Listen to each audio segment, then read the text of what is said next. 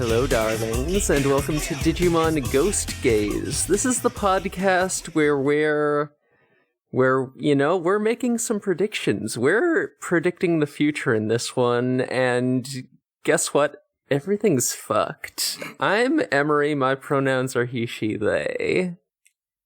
They're calling me Cassandra. No, they're actually calling me Morg. My pronouns are they, them.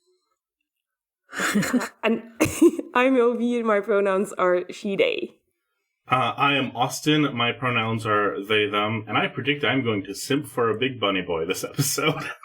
Oh boy. Hey, Austin's back. We have a guest. Austin's back because they wanted to make sure to be on for Bunny episode, and this is Big Bunny episode. I very much like Angoramon. This is Banui. The Banui. And guess what? The Banui turns into Renamon in this one. The Banui become Renamon. I get more Antilamon vibes since the pants are very similar to Antilamon. That's fair. I mean, I'm like basing it on the general figure and fluffiness. The color too. Yeah. I just, Renamon is a fox, whereas Antilamon is a bunny, so. I can definitely see the Antilamon influence, though. I get what you're saying. But yeah, in the cold open here, we get this funky tent with a sign that says Mephisto, and it's a fortune teller tent. There's a really long line of people outside of it as well. I noticed. Yeah, true. Like, there was, I think, 8 people. Oh, I mean, yeah. Yeah, so you got the fortune teller in there. He's reading a woman's fortune, and this guy looks so reliable. Not sure whether to call it drip or not, but he's got an all-white suit, red face, and with some, white markings and purple lipstick, so I don't know. That's definitely making a statement. That's drip to someone. This guy's gonna be a sicko, just based on I everything feel else. Like he did some research. He watched some, crime shows on TV, and he said, you know what I need? I need a good suit. And then people will know that I'm evil, but they will not acknowledge it.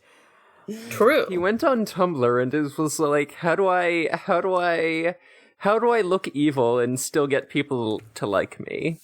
How do I become the next Tumblr sexy man? Precisely. These Digimon need to stop going on Tumblr. I mean, Bishonen Digimon have been a thing since the beginning. I know, but specifically Tumblr They're sexy doing men. amazing. It's a different type of Bishonen. Have you ever seen Myotismon or Piedmon? Yes! They absolutely would be the same thing, except they came before Tumblr. True. Well, it had to start somewhere, I guess. Yes. Ahead of its time. Also, I thought Mephisto was the most Digimon-ass name posing as a human, but it's not even what the name ends up being. It's not even what it ends up being. Yeah, there is a Mephistomon that before I actually watched this episode, I was like, it has to be Mephistomon. What else would it be? It's fucking... And of course, let's not forget Mephismon X, the only valid X antibody Digimon. X antibodies are very hit or miss. She's trans, Austin. She's transgender. She's girl now. X antibodies are very hit or miss. I do like Metal Garurumon X more than Metal Garurumon. Anyway, this guy, this Bishonen, he's got a tarot deck with some little Pico Devimon on the backs of the cards, so that's kind of cute. Yeah, I also the octagon symbol around in the center, I noticed was a stylized repetition of the number 666. Yeah, we see that number a lot. Hell yeah. Oh, Metal. cool. Metal as fuck. Just in case you didn't know that he was the devil. Just in case. Can't be too on the nose. This is a kids show. We need explanations. In case you hadn't picked up that this guy was fucking evil. I mean, that's going to be pretty obvious going forward. Yeah, because he does burn this woman alive. And then is turn her what into a happens. rock. Yeah. It was so good. The voice actress was like hyperventilating, and then her scream, I was legitimately concerned for her. It's like, damn. Yeah, I forget exactly what the fortune teller says, but yeah, he was like... He says that in order to grant her wish, she needs a lucky color, specifically red like fire, and then she catches on that's fire. it. And then she begs to be saved, and he says, "Oh, no worries. I'll eliminate all your worries. It's fine." Yeah. Because who has no worries? It's statues. It's such an evil line, but it's so I funny. would have worries as a statue. I don't want, like, birds shitting on me. Yeah, Yeah. But would you be aware of them as stone? Yes. that is a good question if these statues are rare or not. I guess not, because otherwise she would still be worried. That's a terrifying question, Elvire. That's a Yeah, but I guess terrifying not. question. Because she would still be worried if she was aware, so I'm assuming she's not. Because otherwise he didn't fulfill her wish at all. And then the monkey's paw has to do again. It's none of his concern whether... That is true. He's just enjoying the suffering. He's like, oh, that's a lovely piece. I did great work. Delicious schadenfreude. Title of my next isekai novel, I got turned into a statue and I still have depression. Mood. Oh no, it's too real. Oh, God. Anyway, Starting from zero as a statue. apparently this tent does have very good soundproofing I because was Yeah. thinking the same thing. Nobody hears it. Nobody fucking hears it. yeah, the screaming is just inaudible to They've all the got people. AirPods in, and it's like, oh no, don't go in there, it's dangerous. Oh, they can't hear me because they got their AirPods in. Fuck. That's what happened. All these kids on their damn fucking phones. There's a lesson here. I mean, Ruli being on her phone would cause issues later. Well, that's but true, right I now- guess. But that's not her Now fault. she's looking at one of the new dim cards. Presumably, it's the Blizzard Fang dim card based on what I we see don't- later. know the names of them. I just know it's a cold one. Me neither, frankly. I looked it up. I just said, ooh, wow, icy. Yeah, so Hokuto did absolutely nothing useful and conveyed no relevant information in the last episode, but at least the kids got some new toys out of it. Yeah. Because, yeah, now they all have new dim cards, which will allow them to create different environments when they're going to their respective pseudo-digital worlds. These kids are sort of fighting for their life and their peace of mind, and Hokuto is sending souvenirs. Yeah. Exactly. It's good. I'm starting to feel like maybe he's already dead and is just sending these Oh. over time so that Hiro doesn't realize it. I think it's way funnier if he's still alive, though. Yeah.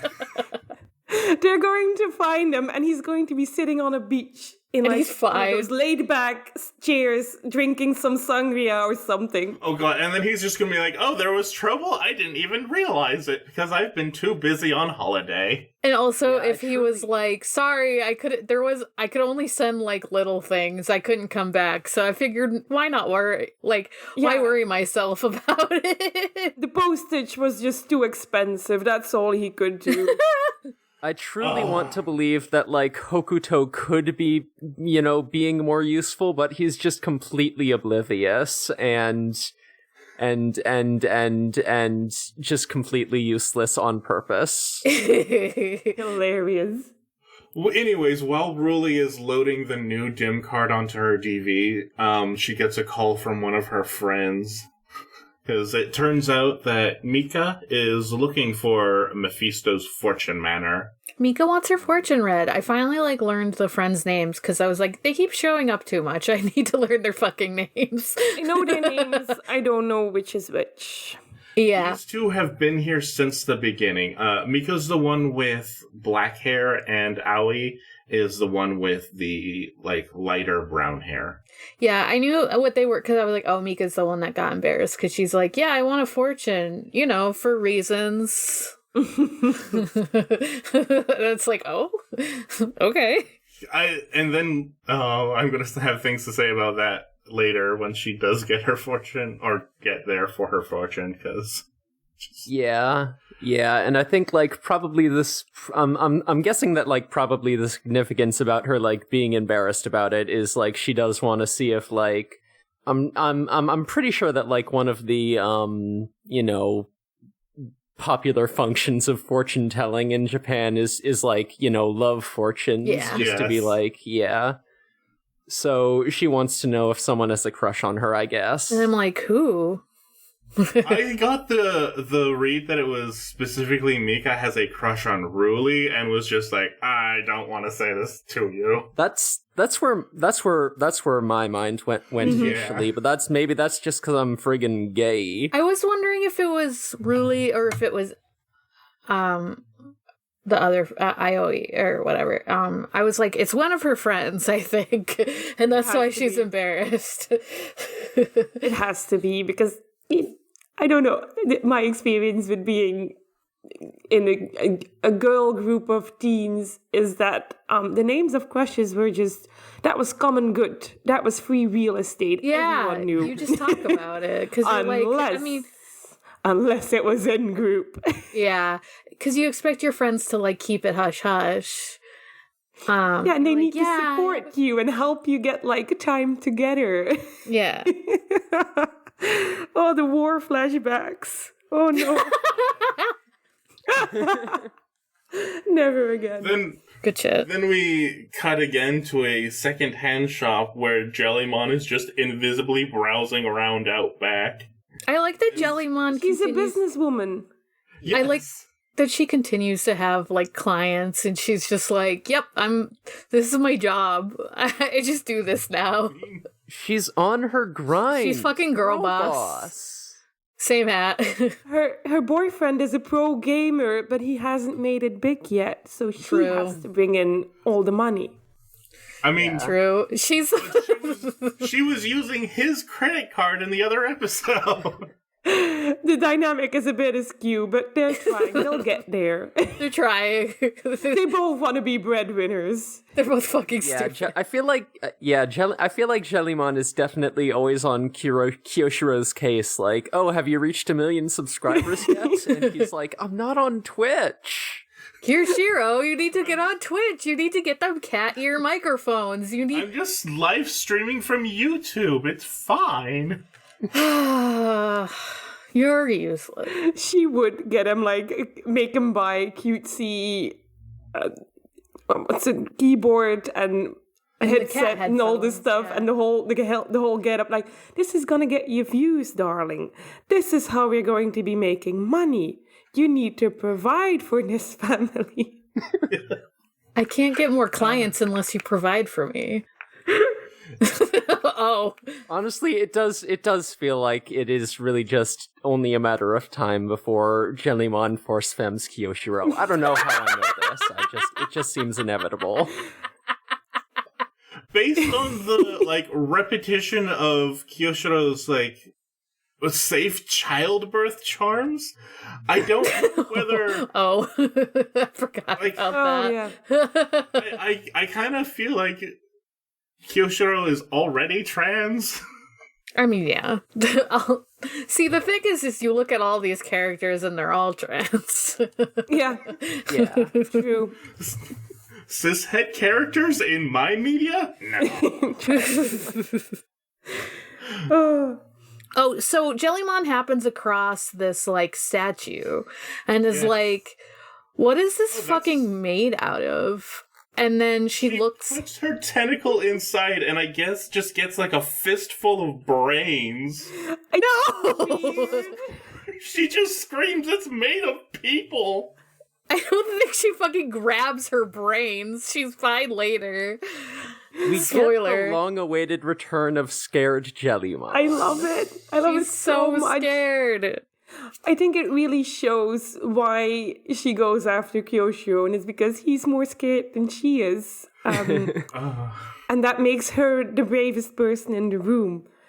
Because she's terrified. God, that's also a very high school dynamic. My notes literally said, oh, she looks like her partner for a sec. LOL. Yeah, it is very funny when we get Kyoshiro and Jellymon on the video call later. But before that, we get another scene with the fortune teller, and this time he's talking to a woman, and he says, "Your lucky item is a dog." Yeah. And she's like, I already have a Shiba Inu. And he's like, no, you need a cute little puppy. You need a little baby boy. And he shit, says, how about this instead?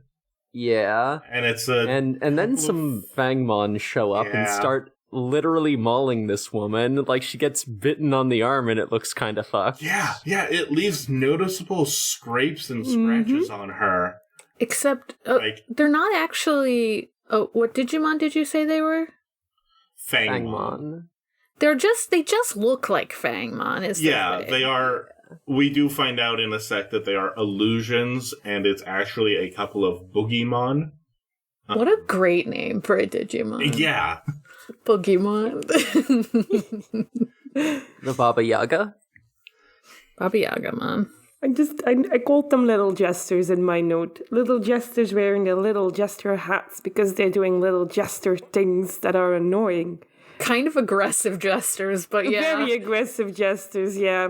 Yeah, but it is really kind of scary how much they are just aggressively attacking these people. And they're enjoying fine. it. Like, they're having the time of their life doing this. They're like, oh, look at me. I did so well. I have an arm now. Yeah. That's in a little bit, but there is so much Schadenfreude from this this episode. It's kind of upsetting. Like, I forgot what he was called. I called him Edgelord in my notes. I really should be using people's names. That's what his name is. It's Edgelord. Mephisto is, like, kind of sad that when she says, like, oh, help me, and he turns her into stone because then she can't be bitten. He's like, oh, well, that could have been more twisted. Yeah, he literally says this one's not twisted enough. When he looks at the statue. Can't go in garbage. It needs to go to the garbage. It's shit. They're calling him the Joker, baby.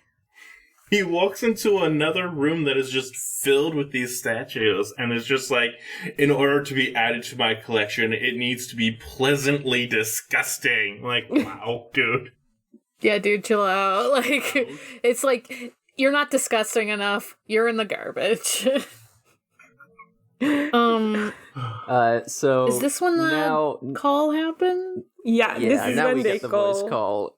And Jellymon and Kyoshiro, or Jellymon is just like freaking out and screaming about the statue. She like fucking hides inside her own head like she do. And Kyoshiro just has his hands over his ears the whole time like, nope, I'm not listening, I don't hear it. This isn't true, I didn't hear it. It can't hurt me if I don't know about it. And Gammamon says, I'm gonna read the room, and I'm gonna say that Kyoshiro is having a lot of fun. A great time. He's having the best of times. Gammamon gives Kyoshiro a nickname of Kyo. Kyo. Adorable. Jellymon says something like, good grief, and then, Gammamon copies her, good grief, Kyo, and it's very cute.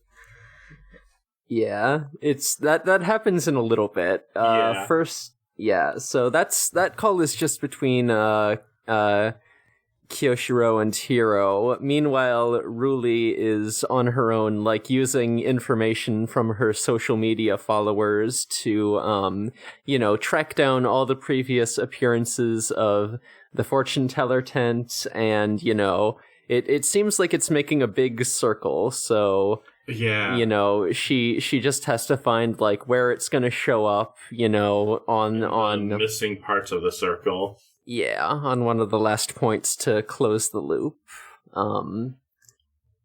Which she then tells to Mika and Aoi the next day when they go looking for it. Yeah. And then Hiro and Kiyoshiro and their respective partners are, you know, off looking for information on the statues. No, it's Jellymon is taking them to where the statue is, and Kiyoshiro keeps freaking out at, like, any statue. Yeah, he sees a Tanuki statue in a shop and freaks out and is afraid to go in front of it. I think it's great that he was like, I don't want to have anything to do with it, but he still gets pulled along. Like, he will get pulled along no matter what. Jellymon has him whipped. It's true. He does claim that he's not scared for some reason, as if, it's like, his dude, friends don't already know him. Well, because he has to have some bravado, even if it's not backed up by evidence. The greatest lies are the ones we tell ourselves, but it's not working for him. So true, bestie. God. So, Ruli and her friends show up at what appears to be a construction site, and they just sort of wander around. Is that something you can do at construction sites in Japan? Yeah, you can just walk in on them. It's fine. They're not close enough. I'm sure it's fine. Like, I didn't really clock it as being weird for some reason, but and Goromon, like, in his, like, invisible state, or, like, semi-visible only to Ruli state, like, points to the... Yeah, because he's up above. Looking. He's sitting up above, he waves, and he points, and I wrote that down as if that was the cutest thing I've ever seen. It was cute. Adorable. I like how much he's, like, helping out, even though he does get a little sus when he's, like, close to the tent. He's like, I'm hearing some weird fucking noises. I don't know what's going on in there. You might want to be careful. I don't... It's those big ears, he can hear everything. Which has been consistent throughout the show. Mm-hmm. I like that he's kind of like the one that hears shit first, and it's like, They do find the Fortune Manor, and there is one lady in front of them. And just as they show up, there's an announcement that's like, Mephisto will only see 2 more today.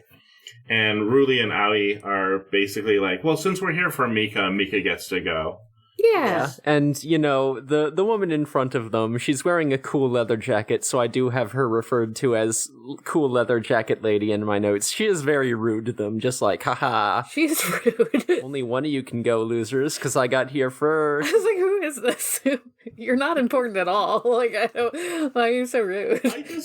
I just really liked how instantly Ruli and Aoi were just like, yeah, no, we're here for Mika, so Mika gets to do this, and there was no question of it. Yeah. It was just really cute to me. They're good friends. I like it. Yeah. Maybe that's what that lady was upset about. She just doesn't have any friends. She just doesn't have any friends. Damn. She's about to wish for them and get a whole, like, statue garden full of friends, I guess. No. This is when Angoramon hears something and it pulls Ruli aside and is just like, hey, it sounds like creepy laughing. Yeah. So Ruli sneaks into the side of the tent. I do notice here that she's wearing some very cute boots with little ribbons on them. And at the same time that Ruli is sneaking in back, the lady in front of Mika goes in as well. Yeah, so she gets to, like, see, like, everything going on with this woman. It's very dark in, like, some sort of... I guess Ruli is in some sort of back room, and she trips over something, and turns on the light, and... Uh-oh, it's statues. And then she hears Mephisto saying that the other lady's lucky place is somewhere high up. And we see an illusion of her being tied up above some buildings being attacked by Demi-Devimon.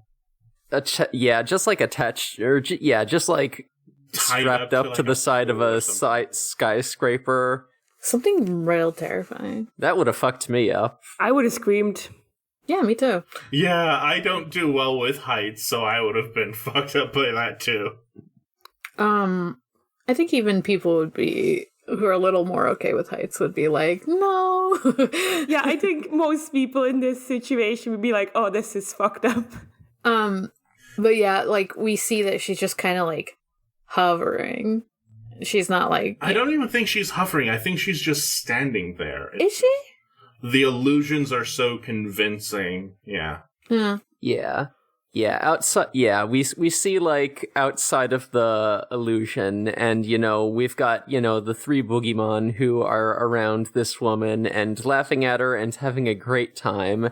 Just poking and prodding her with their pitchforks. Yeah, Yeah, they're having such a great time listening to this woman scream and seeing her twisted expression that they start materializing. They're like, yes, being a sicko makes us so happy that we materialize. One gets his right arm, another gets his left leg, and the third one is very close to fully materializing, only needing his head. So no head. Anyway. So now we cut to the rest of the gang, and they're at the place where Jellymon found the statue, and there's another one there. So Hero's like, okay, something's going on. Let's call Ruli. So then he calls Ruli At the worst possible time to call Ruli. at the worst possible time. Really, why isn't your phone on silent Exactly. when you're doing sneaky, stealthy stuff? Hero, why don't you just text her? Why is It might still anyone's go off. phone not on silent? I haven't had my phone on sound in like ages. I don't even know what my Yeah. ringtone is. I don't even know if I have a ringtone. Why would anyone answer their phone? I mean, she might, this is obviously dramatic. I know it's dramatic, but I'm like, really, you're a teen. You go to school. Of course your phone is on silent. It's at least on like vibrate, if nothing else. Yeah. Maybe she was like, I needed it loud. I don't know. I usually have my phone on ding and then vibrate, but sweetie, you're being stealthy. At least take the time to put it to silent. She sure didn't, and she is caught. Yeah. Actually, okay, And then this is when Mika goes in, right? I think you might be. Yeah. I think you guys might be right about it being Ruli and not AOE, because she's like sees Ruli there and is like, "Why is she Ruli?" gets really nervous about it. Like, why is she here? Like, it could have been like, "Oh, she's nervous because like, it's weird that her friend snuck in." But I'm like, maybe she just didn't want to like talk about her fortune in front of this friend. Yeah. Hmm. That's the vibe I got, is she has a crush on Ruli, and it's just like, but I don't want to say it. I just want a fortune teller to confirm if it's possible. I just want a fortune teller to tell me how to tell her. Yeah. And then Mephisto is looking at Ruli's phone while the boogeyman have her kind of off to the side in front of Mika, and is clearly impressed by her research of tracking where the manor has been. I was like, is your phone not locked either? But I realized Digimon seemed to be able to, like, just get into electronic things. He hacked That it. makes sense. And then he goes on an explanation. And it doesn't stop. Yeah, Felismon is just like, this circle we connected will become the foothold on which the human world will be consumed. Yeah, what the fuck? Yeah, this guy's taken over the world. Once again, we're at end of the world level stakes, so that's great for these children. But he does 15 need episodes more into the Pokemon series. minions before he's ready to, like, conquer. He's so Yeah. chill about it too. He's like he's not under some time pressure. He can do it at his own pace. It's fine. They're I just They're just gonna do Joker-fied shit until they have an army big enough to conquer the world. It's almost like the conquering of the world is like an afterthought. Like, they'll get there, but that's not... The journey is the important part. I mean, later he talks about having an objective, and it seems more like this isn't his goal. It's like he was paid to do this kind of thing. Oh, yeah. Interesting. So... I'm just like, oh no, who's gonna be in charge of Felismon that's like... What kind of sicko can tell this sicko what to do? Because Felismon is insane. Like, we can all agree on that. There's not a single normal thought in this Digimon's brain. I think I would enjoy it if instead of, like, having, you know, a boss behind the scenes pulling the strings, I think it would be rad if just, like, all the Digimon, or if all the evil Digimon who, you know, have, you know, managed to get away at the end of episodes would all just get together and form a Suicide Squad. What are we, some kind of fucking Suicide Squad? That'd be Dracomon, Weedmon, and Felismon. Yeah. Yeah, I mean, what's the name? Yatagaramon as well. I don't think Yatagaramon would be included since their goal was free the birds. And didn't seem like evil, just sort of, you know, hey, I want my brethren birds free. He could be convinced to join if someone just says, hey, if we conquer the world, you know what we're gonna do? We're gonna set all the birds free. So I feel like he could be motivated to join this Suicide Squad. Yeah, but Yatagaramon doesn't immediately jump to... It wouldn't be his own idea. He wouldn't walk up and be like, yo, can I join? Yatagaramon also might hold a grudge against the meddling kids, so who knows? True. He could just be there for the opportunistic chance of vengeance. Yeah. Anyways, since Mephisto is explaining all of this in front of both Ruli and Mika, the jig is up, and he just shows his face to Mika, and she is terrified and calls him a monster. Oh yeah, Yo. This dude has like a full-on demon hordes and 666 written on both of his I temples. had to pause. Both sides of his head, yeah. What a good design, but I laughed so hard. I love the 666 tattoos on his head. Fucking too much. It's really good. It's on his head twice. It's incredible. Is This is the point in which Angoramon just rips open a forklift and hot wires it to barrel directly into the tent. he literally hijacks a forklift? What the fuck? So This is the good. best plan ever. I'm so glad that this is what he came up with. I love Angoramon so much. It's like a Goromon. It works though. It knocks over the tent. If your friends don't hotwire a forklift and slam it into it, and are they really your friends? Okay, here's a terrifying question. We already asked if those statues are aware, but what if Angoramon broke one? Oh No! No! This is It's Do they fine. come back, or do they just stay stone? I don't know if I want to know. I don't want to think about that. this season is really good in like giving us monsters that are sometimes sort of funny, but then the longer you think about it, the more fucked up it could be. There is definitely no on-screen body count, but there's an implied body count that's, I mean, you know, in the previous episodes we had Sealsgermon have 1,000 body count, so... Yeah. And there's all the people who died off screen in the Digimon violent actions that have happened. Some of those people are dead. I'm really sorry, but some of those people didn't survive. Yeah, there's no I'm way. still convinced some of Mummymon's Yeah. patients were dead. A guy's car completely blew up on the highway in the Sistermon episode, but he's fine. He's fine. Some He people and the girl he was fermented. making out with. We also don't know, like, how long some of the Digimon have been going on for, so if it was, like, putting people in perilous situations, like, they could have had a few people that died. Like, the alcohol... Like, you don't know how many people have been fucking dissolved into alcohol. You don't know how many people have been wrapped up in Mummymon's whatever shit. We do have a general, like, timeline for hologram ghosts in general, but yeah, individual Digimon. Yeah, I meant individual, yeah.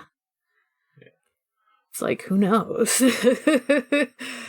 Fuck. So at this point, I really like the detail that, because we do see several Boogeyman chasing after Ruli, Mika, and Aoi as Angoramon, like, holds off some of them. We do see some that are, like, only partially materialized and many that are fully materialized. Yeah. I thought that was a nice detail.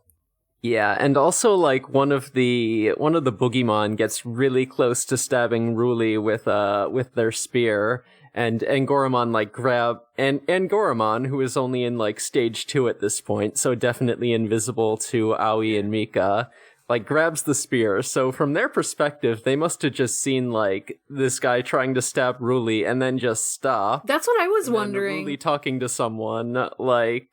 I actually, because I've watched the episode a few times, I did notice that Ruli didn't speak back to Angoramon, or the responses were generic, like, okay, let's run. Because she's saying okay to Angoramon. She's really aware of the fact that if her friends see Angoramon, they might think he's a monster. Yeah. That's something that she's really conscious of, which I thought was a very nice detail as well. It is, but also, they've seen him before. They've seen him as a hologram ghost. It's, like, a lot different, like, realizing something is, like, a funny robot friend and something is real and can touch you. Also, if you saw Angoramon, you're in a life and death situation, you see Angoramon, you feel safe. Yeah, I do, but I'm not... The fact that Angoramon was stopping the Boogeyman is like, okay, that one's on my side. At least for now. I hope forever, but... Right. Yeah. I think she's just, like, afraid of it. I think it's... I'm sure it's not all completely rational. It's, like, she even says, like, fuck, I'm gonna have to possibly get, Angoramon here and, like, to teleport all the Digimon to I forget the name of it. The ice pseudo-digital world. I just call it the pseudo-digital world. Yeah. I call it a digital zone because pseudo-digital world is a bit of a mouthful. Yeah. True. The Digizone. And I thought this was gonna be it, and we would see, like, some people who are not in the loop and don't have Digimon get involved. But it turns out Ruli ran away. Yeah, I thought she was gonna bring them to the, like, I thought this was gonna be, like, a big reveal, but I do feel like it's still coming. But it does have that feel of, like, this is on the table now. They know something's up. They just don't want to push it. Yeah, and Ruli does activate the pseudo-digital world while, like, she's hiding with her friends, so presumably they do just see her disappear. Yeah. Yeah, I was like, Ruli, at least run around the corner first, so that you're out of view. I mean, Ruli, have you never had to hide a secret identity before? Jesus. Yeah, she probably didn't want them to think she was abandoning them, though. Yeah, I think, at this point, I think just, like, generally, like, we know that these kids know that, like, something is up. Mm-hmm. Yeah. And, so the pseudo-digital world... Yeah, it's a new ice field. It looks so cool. It's very pretty. We're in a winter wonderland. And so since the pseudo-digital world is activated, then Heroes Group are drawn into it as well, and they're like, oh, something digital world, something's going on with Ruli, I bet. And then Ruli finds Angoramon, and she's just like, oh, it's such a good moment. They kind of just talk for a moment about, like, this was the right thing to do, and I knew you'd do the right thing. And Angoramon starts to glow, and we get the final evolution sequence. The final, champion. the final Champion form, yeah. form. Saving the best for last. Yeah. I do. Get Angoramon pretty boy mode. What a dapper young man. Be still my heart. I really like how each evolution has a different burst of energy. Gamamon gets gamma rays, Jellymon gets electricity, and Angoramon gets bursts of wind. It's what Simbari Angoramon. Angoramon. Bit of a mouthful. I'll have to get used to that. Yeah. Actually, the subtitles actually spell it differently than, like, the romanization we see in the opening credits, which is weird. And it is pronounced more like Simbar Angoramon. It's actually pronounced with a J instead of an S sound. What? Yeah, that's in, like, Jimba. the kan, or the katakana, though, so it makes sense that the romanization would be, like, a little different, just because those don't always match up one-to-one. Right. C is a sound in Japanese, I think. Yeah. It actually was during this point watching the episode that I realized that each time we have a focal character, there has been a central theme to those characters' episodes. With Hero, we get episodes focused about instinct and trust. Because with Mummy Mom, Pumpkinmon, and Clockmon's redemption, as well as Gulusmon and Monmon or Koemon, it's all about, like, trusting them in the instinct of either these aren't terrible people or how to connect with them. Kiroshiro's focuses have all been more technology. The virtual talismans, the fighting game, the spam mail.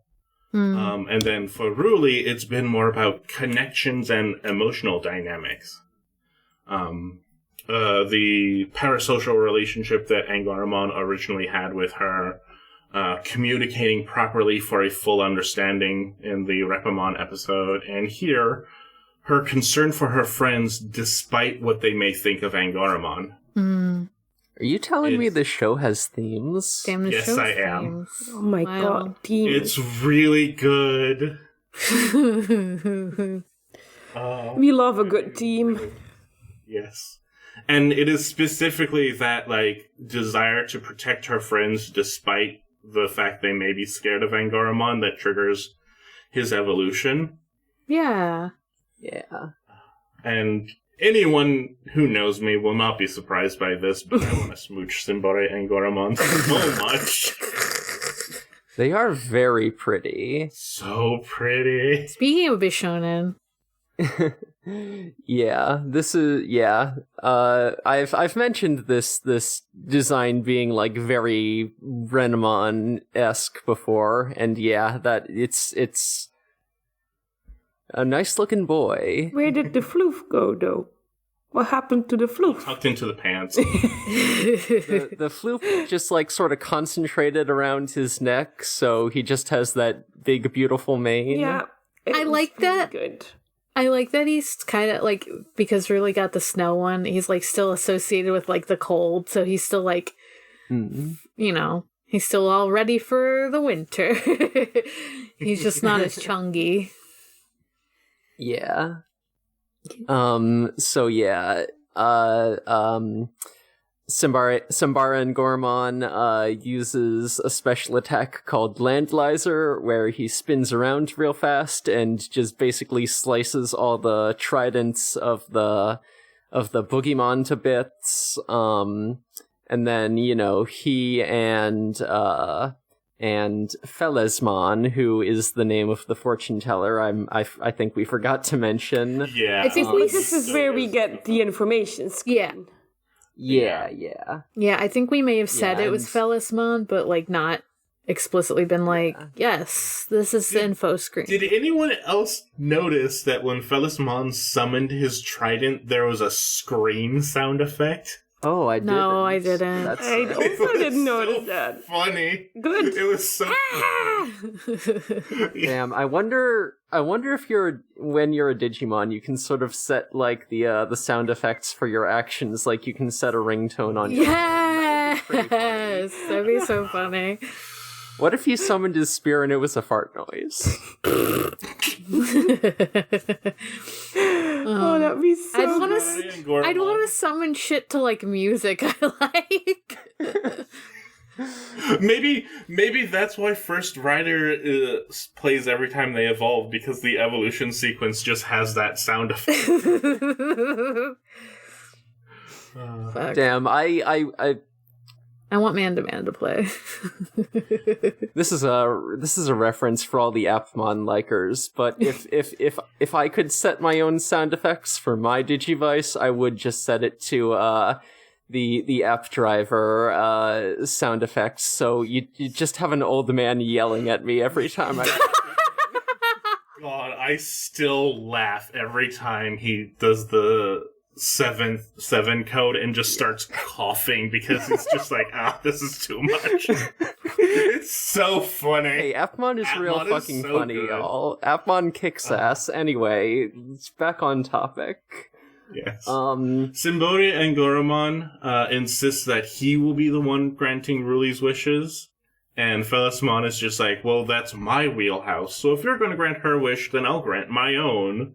He screamed. They're really going wish v wish over here. They do. Simbar and Goromon uses an attack called Breaking Stream, and Felismon uses an attack that I didn't write down the name of. He screamed. Shout. Yeah. He screamed.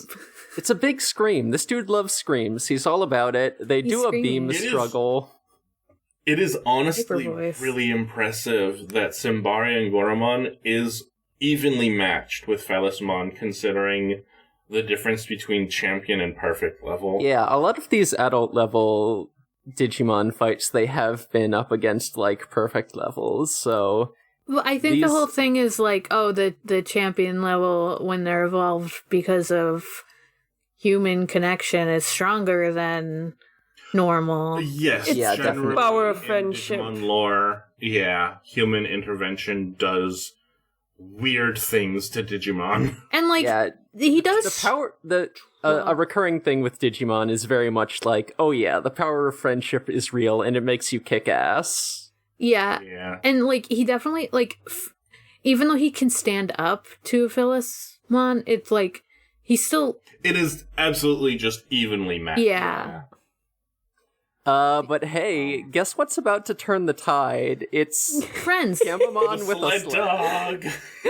Sled dog Gamamon. Gamamon is pulling the rest of the team on a sled. Love Sled Dog Gamamon. Little strap, hooked on his horns like a fucking harness, and he's just running. He's on all fours. He's like a fucking puppy in the snow. He's having He a great loves time. That scene added 10 years to my life. Everyone's facial expressions, Gamamon having the time of his life.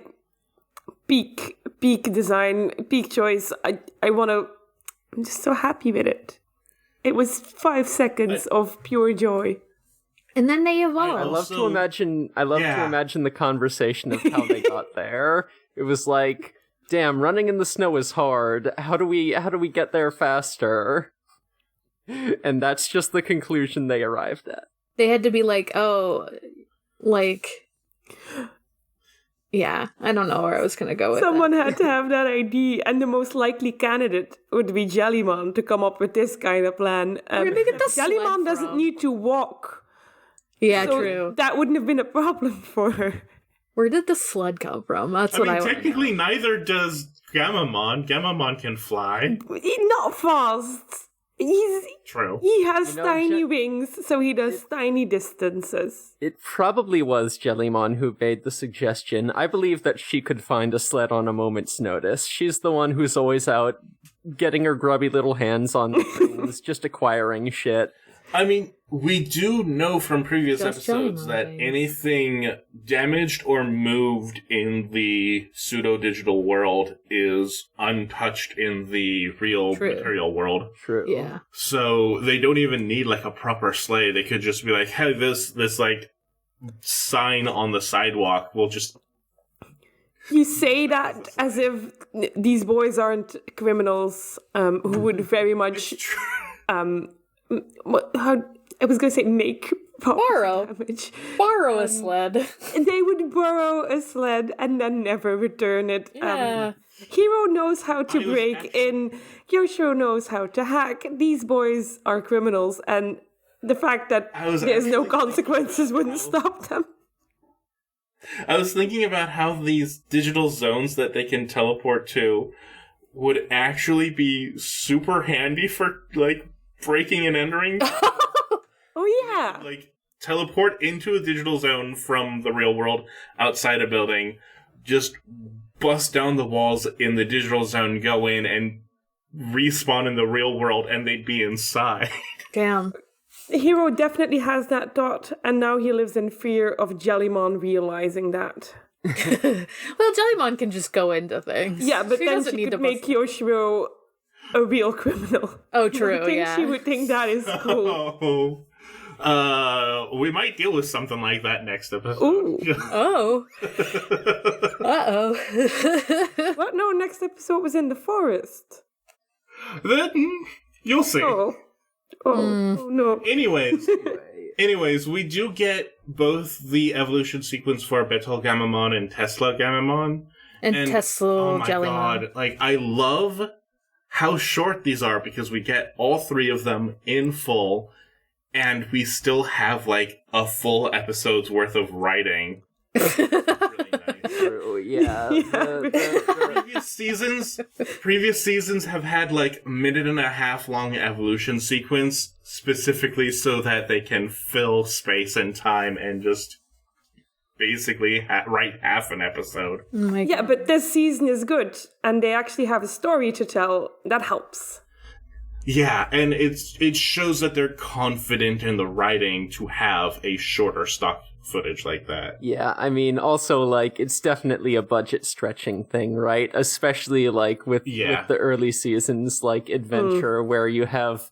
God, I remember there's just, like, one episode of Adventure where they literally just, like, played all the stock animations that they had in an episode, and it was like, oh god, this took, like, 10 minutes. It was so bad in, like, one of the ending episodes for 02, due to weird magic bullshit, they had all, like, the armor forms and natural evolutions and DNA and everything. It's just, oh my god, really? Oh, it was very much Viola playsets and toys. Anyway, yeah. So yeah, the other two do their special attacks, and it hits Felismon, and he doesn't really look phased, but he's like, oh, we got 3 Digimon with human partners now, and the way he says it, it kind of implies to me that, like, either word about, you know... Yeah. Either word about this gang has, like, gotten around with some of the more troublemaky Digimon, and it's like, oh, we know about these 3 and their human partners. Or just, like, the whole concept of Digimon having human partners isn't, like, necessarily a novel thing.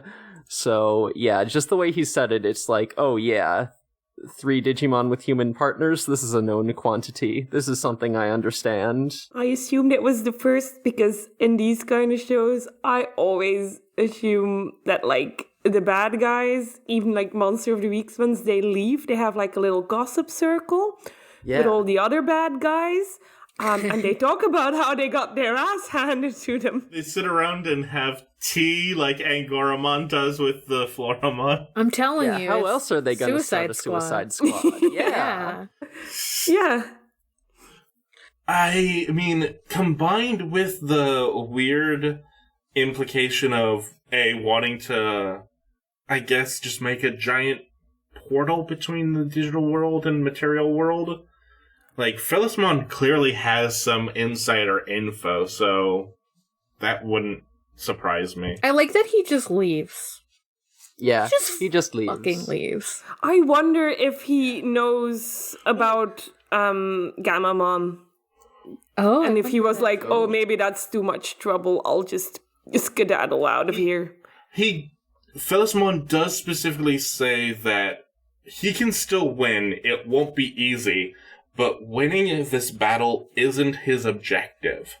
Yeah. Yeah. And that he will return when there's less interference. Yeah, that's why I think it's interesting that he, like, leaves, and because of everything that they have been doing, like, they do let him go, but they have to, like, prepare for him to come back, and, like, I feel like that has an interesting tension to it, because I think this is the first time we've gotten, like, someone specifically being like, yes, I will be back, yes, I will cause trouble again. Instead of being I might cause trouble. We as the audience saw Dracomon. Right. Because Dracomon gave Hiro the eyeballs in his hand and was like, I won't cause trouble again. But then we as the audience saw Hiro did not. The fact that was a lie. I meant the tension. The audience saw this is that straight the up. Weedmon.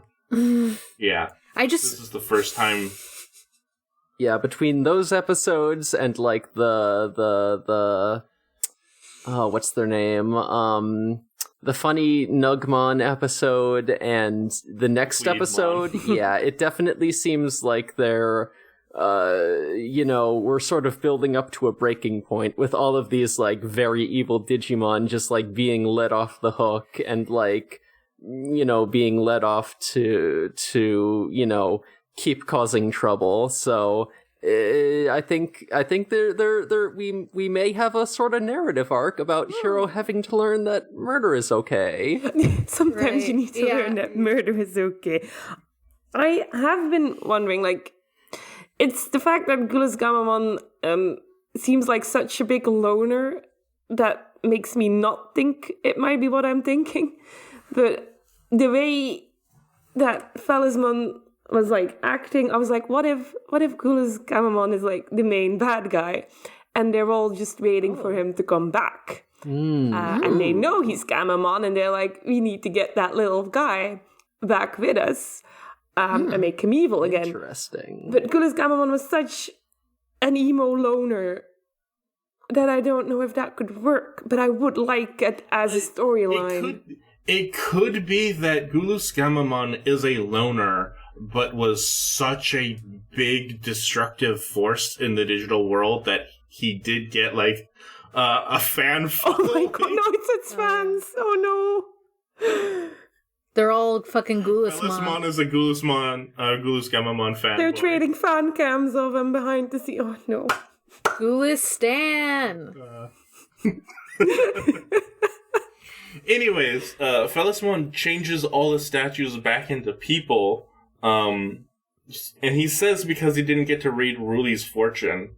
And again, as with earlier, I think it's because he was clearly impressed by her. I think also a possible read of it is like he maybe knows that he couldn't have won that battle, and was just like, okay, I'll just undo these statuifications because I don't want to get my ass kicked. Yeah, maybe he was lying about it. Like, I could have won. He's seen what happened to all the others and like, you're not gonna get me with a conversation. I'm just leaving. Fuck you.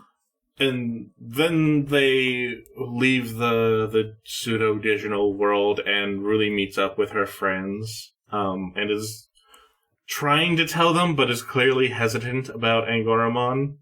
So Aoi and Mika are like, you drew those things away from us, didn't you? Yeah. I like that they kind of gave her, like, a way out, and, like, she kind of, like, she was like, Ruli was almost crying. Oh. Yeah. And then we cut to Aoi and Mika on the bus, and we're just like, Ruli clearly has some secrets, and that's fine. She can tell us whenever she's ready. I like that. Damn. It was... Oh, I thought it was really cute and wholesome. And, like, I don't know. I feel like that is something some kids need to know, is that it's okay to have secrets. Yeah. It's okay to, like, tell people when they're ready that... Yeah. You don't need... It's okay to have secrets and to, like, wait to tell. You don't need to share She'll come your out to entire them life. someday. You can, but you don't have to. That was a bad joke, I'm sorry. Oh, sorry, I missed it. Oh, all I said was she'll come out to them someday. That's what Mika is just hoping actually for. about to make the same joke. True. Mika understands. Yeah. True. Ooh, you know what? That might just, like, catapult me into an idea for a segment that I've had kicking around in my head for a while. Ooh. Do we wanna go there? Yeah, because do I remember it wrong, or did we not get an Angoramon wisdom this time? Good point. We did. Good fucking point. And Goramon says, it's easier to act than to worry. You never know what fortune may bring you. Yeah. Yeah. And I also just want to add, the opening theme still slaps so hard it leaves a mark. That's okay, because I like it. Faction is good. And the new ending theme is, like, so much better than the previous ending theme. Yeah. I like them both, but yeah, I think I do prefer... Yeah, this one is The better. previous one isn't bad, but I just like this one so much more. Yeah, I think I agree. I like this one more. Like, I actually went and downloaded the new ending theme. I didn't with the old one. I do have it on added to my Spotify. Yeah, it's on my list as well. I have an old scroll wheel iPod, so I have to, like, download. Yeah. Old school. You're so brave. If it works.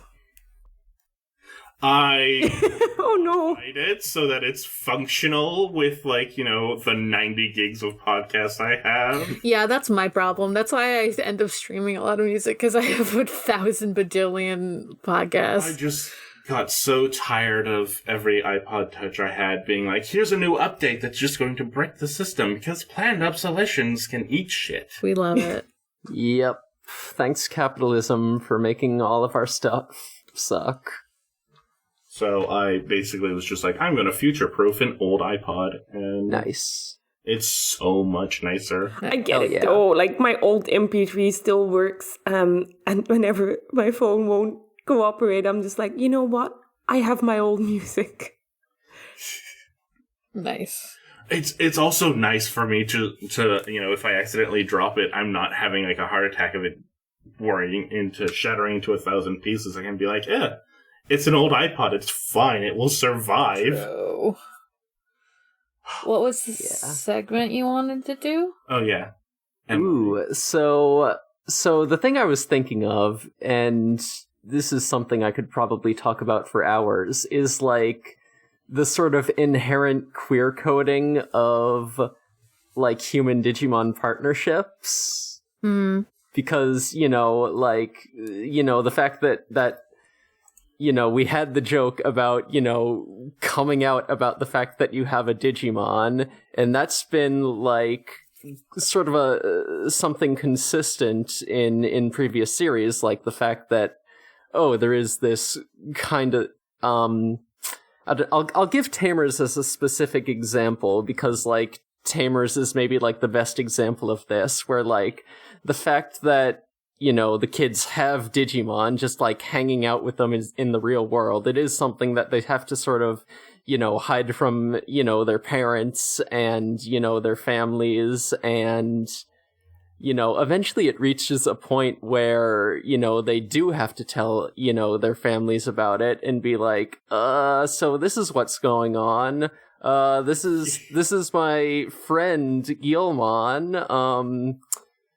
So yeah. By the way, I'm going to leave to the digital wallet for him along with him. And yeah, those parts have like extremely coming out energy to them. I mean, like, in a similar vein, minor spoilers for Atmon, Haru is so torn up about whether to tell Yujin or not. and then it's like later like, oh, Yujin got an Atmon, and so they can finally tell each other, and after that the show gets just like infinitely more gay. Oh yeah. Oh, it's so good. Everyone watch Atmon. Oh yeah. Haru and Yujin definitely have a crush on each other. That's like not even subtly implied. It is canonically stated that and Yujin is Haru's ideal person.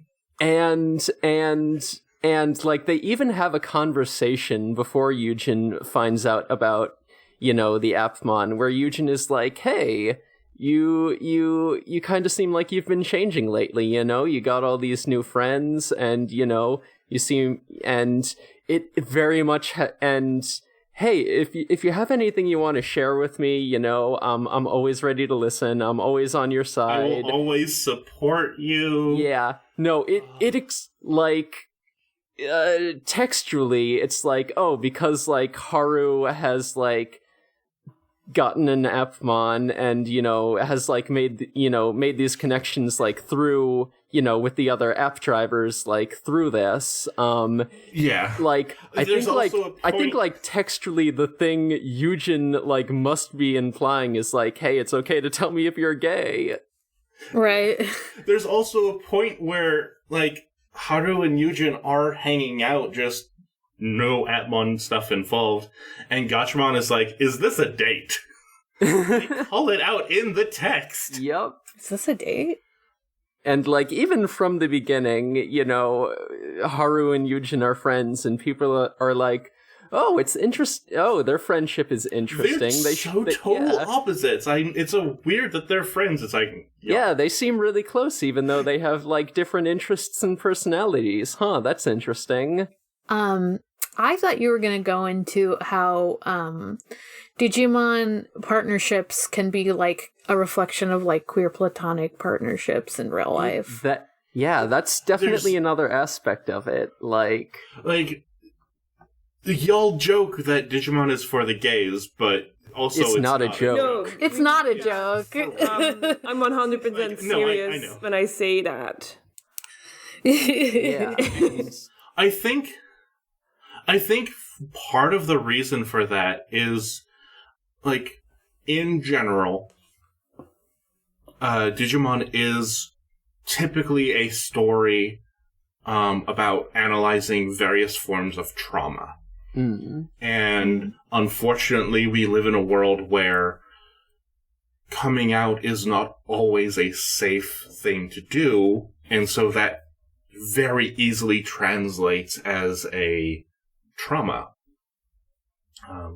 But also, the power of friendship themes in Digimon wrapped around the trauma also gives very strong found family vibes that is a very positive side of queer communities too. Oh, for sure. Yeah, what usually draws me to these kind of shows, because like you've got Digimon and Pokemon and all that, is that it's usually about like having a friend that trusts and understands you on like the deepest possible level, and that love is still unconditional. They still trust you, and they keep going together. And if the going gets tough, they're still there for you, and that's why I love these kind of shows so much, because that's the ideal friendship. They're so close, and there's not a single one of their friends.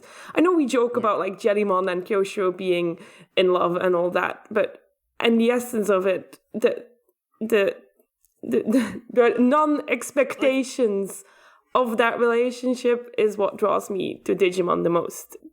Yeah, definitely. And like, whether you want to read Jellymon and Kyosho as romantically or not, I personally don't, but they are dating, but it's not romantic.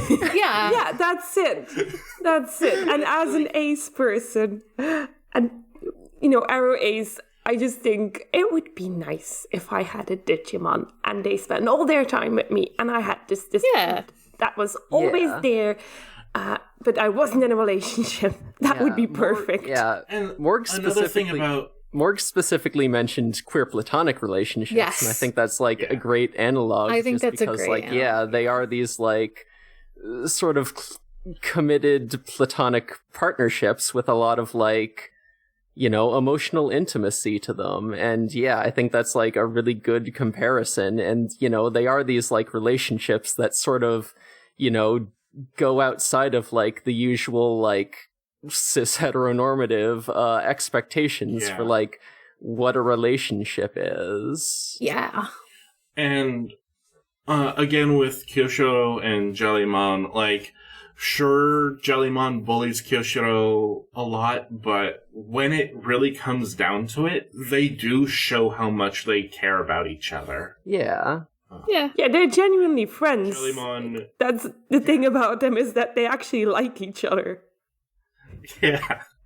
And like they clearly make the imbalance in their dynamic work in a way that, like, we joke that it's toxic, but at the end of the day, they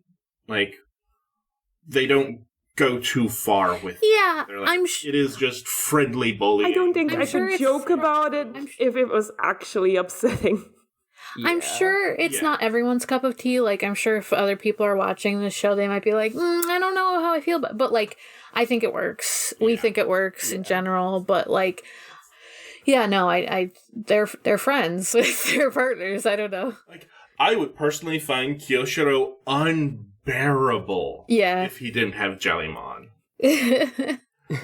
like Jellymon somehow bullying him manages to be a grounding so that he doesn't get too, like... This boy would never leave his house. Yeah. We've said this before. It's good that he's bullied. Yeah. And, like, it makes it more interesting as, like, a viewer to watch this, but also it does ground it a lot in a more sensible way. Yeah, if you want a more like caring, queer, I don't know if caring's the right word, a more like sensitive relationship, just look at like Ruli and Goromon instead. Yeah. If you want like a brother relationship, just look at Hiro and Gamamon instead. Like there's other options. I am impressed with how different they managed to make all these relationships. Yeah, me too. It was very it was probably easy to just be like, oh yeah, we'll just make them all like each other and it'll be fun and they'll all have these brother sister brother relationships, and they really managed to give everyone a different dynamic, and I love seeing that, because that's also an important thing to know, is that friendships, the different friendships you have they're not the same, and it's okay. Everyone has their own way of caring. I also noticed that, actually, so I rewatched this episode today before recording, just so I had it fresh in my mind. And while watching it today, I noticed, I realized that all three of them, Hiro, Ruli, and Kyoshiro, are all in sort of leader positions, too. Like, Hiro is obviously leader of the three Digidestined kids. Kyoshiro is the dorm leader. And Ruli is, like, the leader of, like, her, like, circle of friends. Mm-hmm. Yeah, and also her social media followers. Yeah.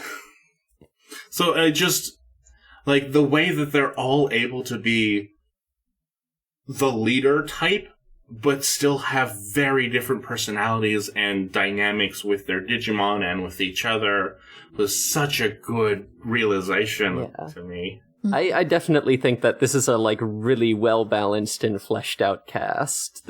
Yeah, they did a great job with these characters. As I always say, the smaller central cast always makes it easier to flesh them out. Yeah. Maybe 7 is too many.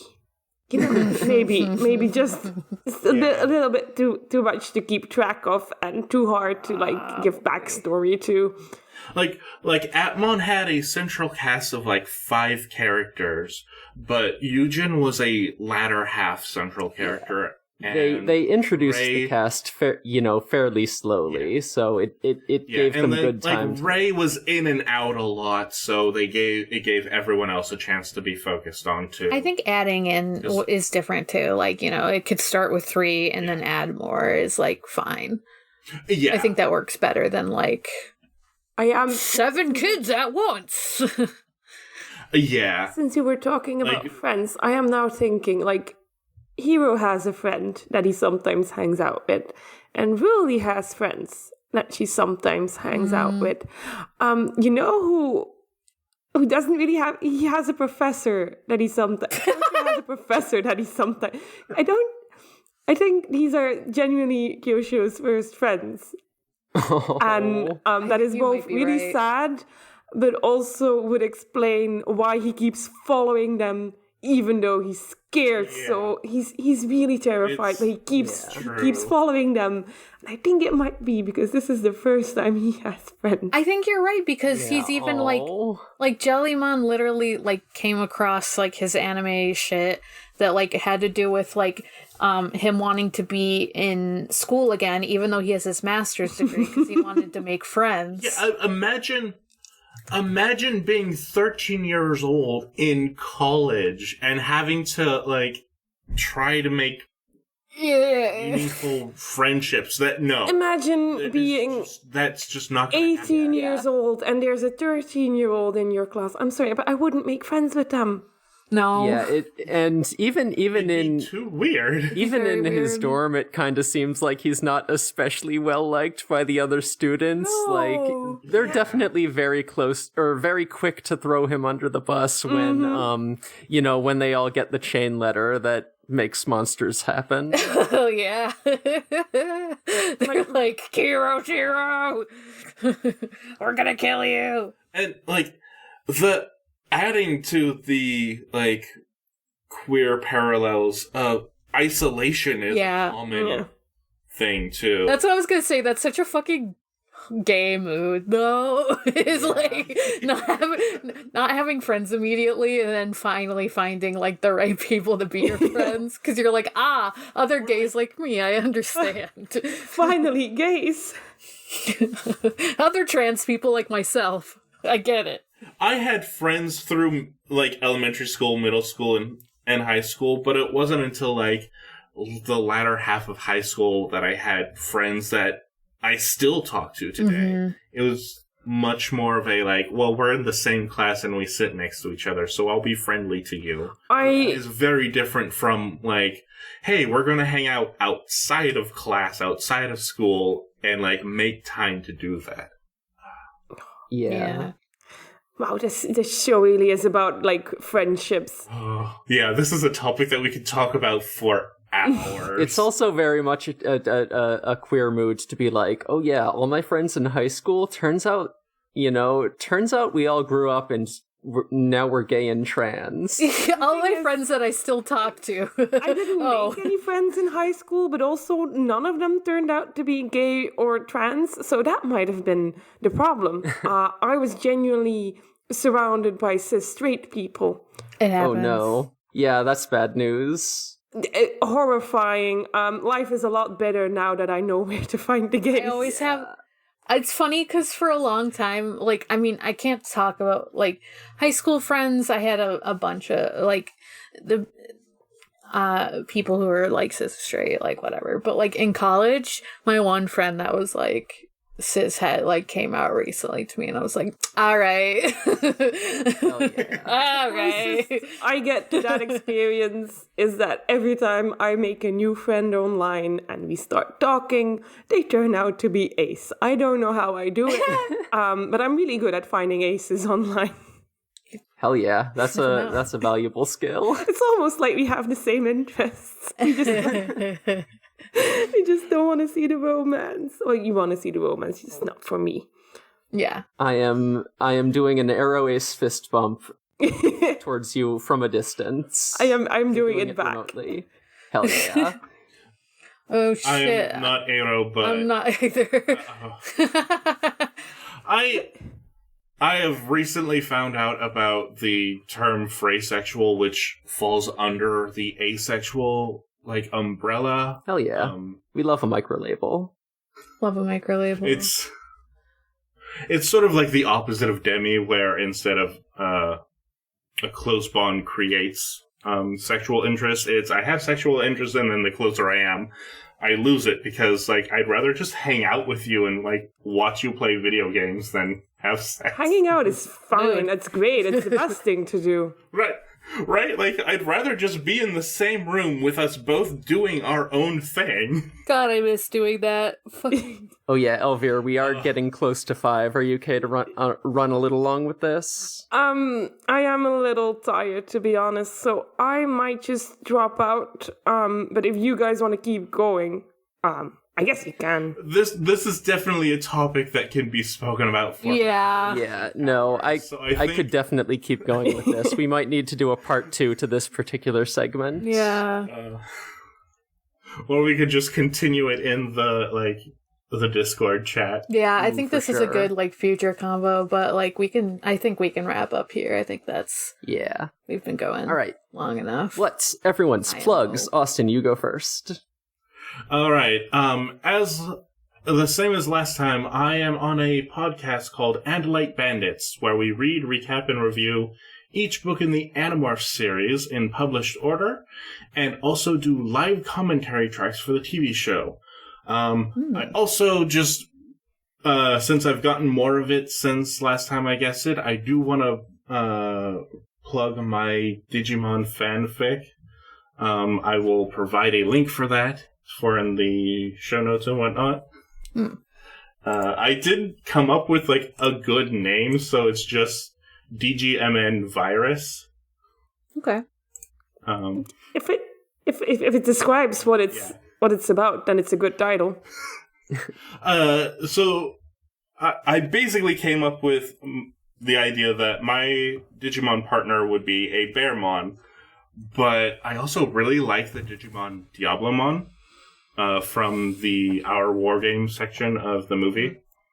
And so I basically came up with a backstory of what if Bearmon's egg got infected by a Diablomon virus kind of thing, so... Yeah.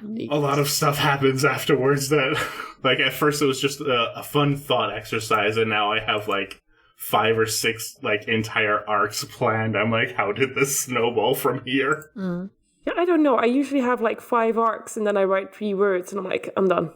Me too. So that's impressive. Is that it for your plugs? Yes, that's it for me. Okay. Elvire, how about you talk about your... Yeah, my plugs. So this is the only podcast I do. And my Twitter is @eruviru. And I recently started uploading on TikTok because I make questionable life choices. So if you want to see me figure out how to make trousers, pants, whatever word you prefer, I'm slowly posting my progress of learning how to draw them and make them. Nice. Hell yeah. Oh yeah. If you want to send me the link to that, I'll drop it in the show notes. Oh yeah, it's also @eruviru. I'm always @eruviru. I don't switch it up. Good branding. Good branding, unless someone else took the name. There is one other person out there who's using it, and sometimes they're ahead of me. You have to find them and kill them. I will have to do that. So far, they've only beat me on Steam, but that's okay because I don't really use my Steam account. That's it. Another person who must learn that murder. We'll get there. That's what Digimon is for. Digimon is for the murderers. This is a joke. We're not condone murder. I guess I'll go because I'm talking and need to cover up the fact that I was talking about murder. You can find me at Haunting the Morgue on Twitter. That's Haunting the MORG. You can find me at my other podcasts. That is Sonic Shuffle, a random and holistic Sonic lore podcast. Forward ReZero, a ReZero watch podcast, and you can find Departure Lounge somewhere, but it's fine. It's hiatus-y right now. That's it. All right. I'm on For Affinity, username Space Robot, and I'm on another podcast called Going Will Hunting, where I talk about Hunter x Hunter with my friends. That's it for me. This is a Noisespace.xyz podcast. It's a good network. I won't talk too much more about it because we're on... Isn't it supposed to be XYZ? It is XYZ. Thank you. XYZ. Because we're on a bit of a time crunch. Yeah, because Z rhymes with bed, and that's where I'm going. We are on Twitter at DigiGhostGaze, and we've got a fun little Discord server where you can talk about how gay you are, I guess, if you want to. Yeah, so I think that's about it. So until next time, all you poltergeist, ghouls, and non-boonaries. Digimon is for the gays. The gay. Goodbye, darlings. Goodbye. Bye. Farewell.